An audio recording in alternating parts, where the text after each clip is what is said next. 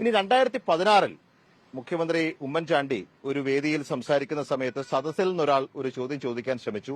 അന്ന് അന്നത്തെ മുഖ്യമന്ത്രിയുടെ പ്രതികരണം എന്തായിരുന്നു എന്നുള്ളത് കാണാം.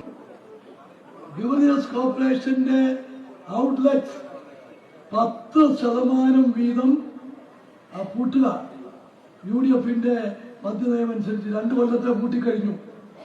അത് പൂട്ടുവോ? ഇതൊക്കെ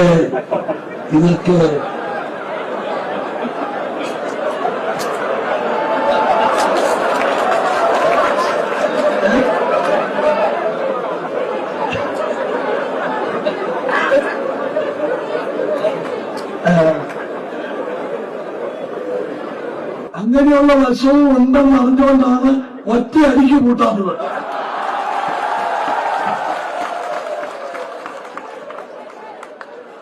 ഈ ശബ്ദം ബീഹാറിൽ കേട്ടില്ല. അവര് ഒറ്റ അടിക്കങ്ങ് പൂട്ടി. ഇപ്പം സോപ്പ് കലക്കി കുടിച്ച 700 പേര് ആശുപത്രിയിൽ. അപ്പൊ നമുക്ക് ഇങ്ങനെ